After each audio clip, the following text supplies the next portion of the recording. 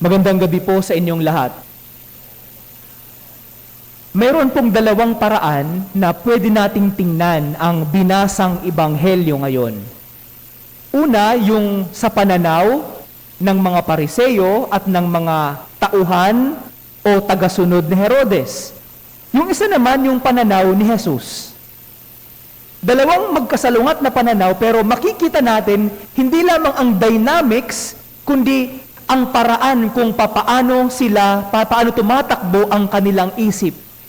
Una, sa pananaw ng mga Pariseyo at ng mga tagasunod ni Herodes. Ang tanong nila, naaayon ba sa kautusan na magbuwis sa Cesar, sa emperador ng Roma?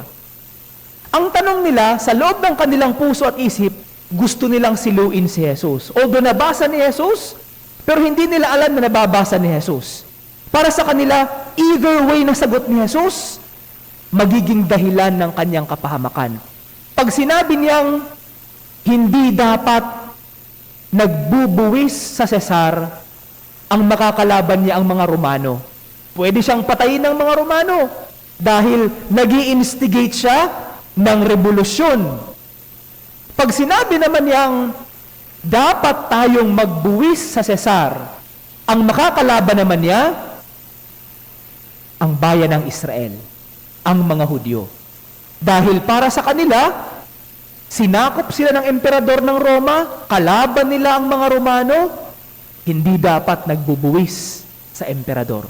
So either way, anuman ang kanyang sagot, pwede siyang mamatay, pwede siyang mapahamak sa kanyang sagot.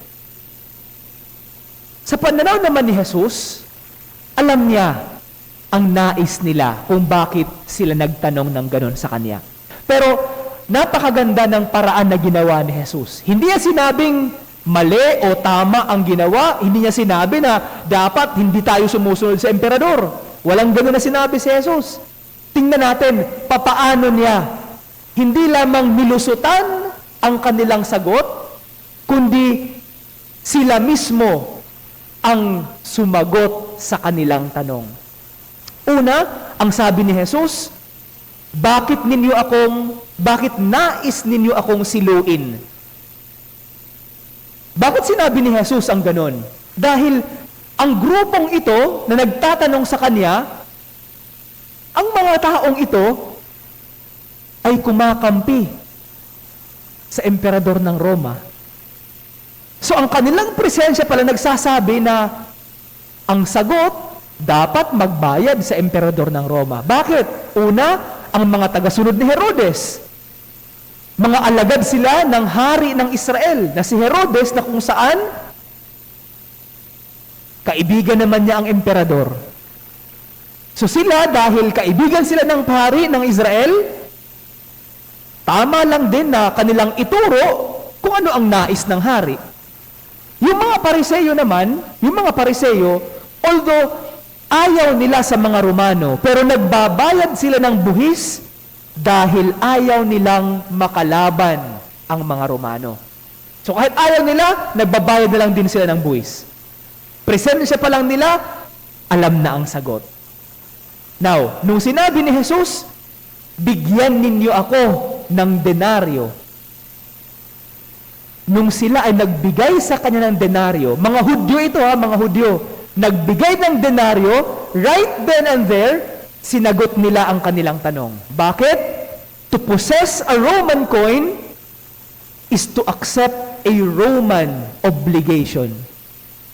Kapag mayroon kang denomination, for example, sa Amerika, may dollars ka. Sa pag-possess mo pa lang ng dolyar, ibig sabihin, susunod ka kung ano ang batas na iniuutos sa denomination sa lugar na iyon at magbabayad ka talaga ng buwis. So dahil mayroon silang denaryo, sila mismo nagsasabi na dapat magbayad tayo ng buwis. Pero ang tanong ni Jesus, kaninong mukha ang nandito sa salaping ito? Nung sumagot silang sa Cesar, ang sagot ni Jesus, ibigay sa Cesar ang sa Cesar, ibigay sa Diyos ang sa Diyos. Maraming mga tao ang nagsasabi, ito daw ang basihan ng prinsipyong separation of church and state. Ito ang kanilang laging argument.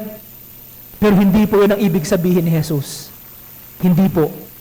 Para kay Jesus, ilagay sa tamang perspektibo kung ano ang ating citizenship.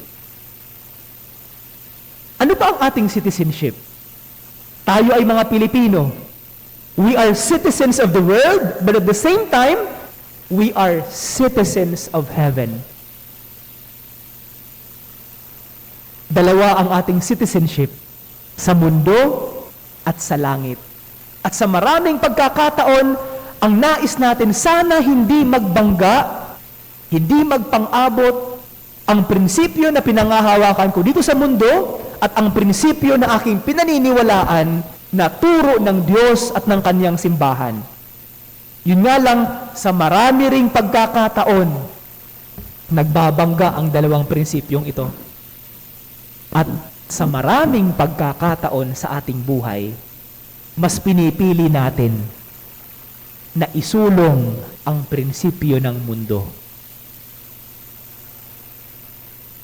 Mas pinipili nating isulong ang prinsipyo ng mundo. Hindi ko alam kung alam niyo ang kwento tungkol kay Saint Thomas More, isang martir sa Inglaterra. Ang kwento niya, nung panahon ni Henry VIII sa Inglaterra, siya ang hari ng Inglaterra. Meron siyang asawa, legal na asawa, kasal sa simbahan. Nais niyang mag-asawa ng iba uli. Gusto niyang hiwalayan ang kanyang current na asawa. Sumulat sa Roma, humingi ng basbas ng Santo Papa na siya ay makikipag-naianal ang kanyang marriage. Dahil walang sapat na dahilan, tinanggihan ng Roma.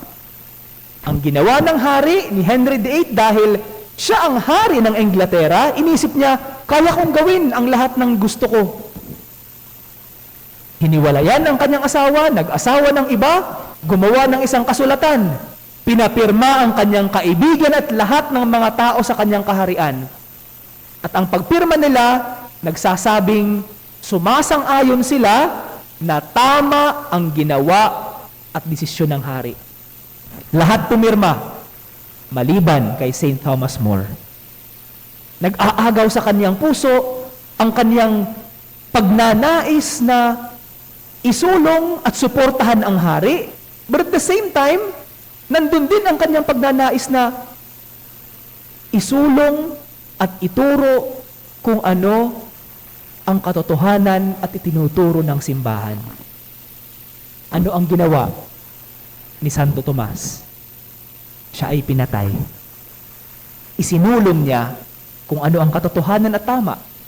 Mali ang ginawa ng hari, hindi legal ang kanyang pag-aasawa. Dahil doon, siya ay pinatay. Ang Ebanghelyo ngayon, nagpapaalala sa atin, hindi dapat nagbabangga at ang ating dasal, hindi sana nagbabangga ang prinsipyo ng mundo at ang prinsipyo ng kaharian ng Diyos. Dahil pareho itong pinangahawakan natin.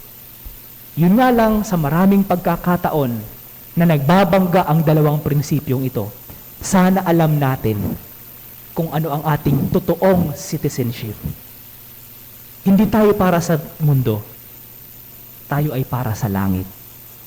At sa maraming pagkakataon sana, isinusulong natin ang prinsipyo at itinuturo ng Diyos at ng Kanyang simbahan.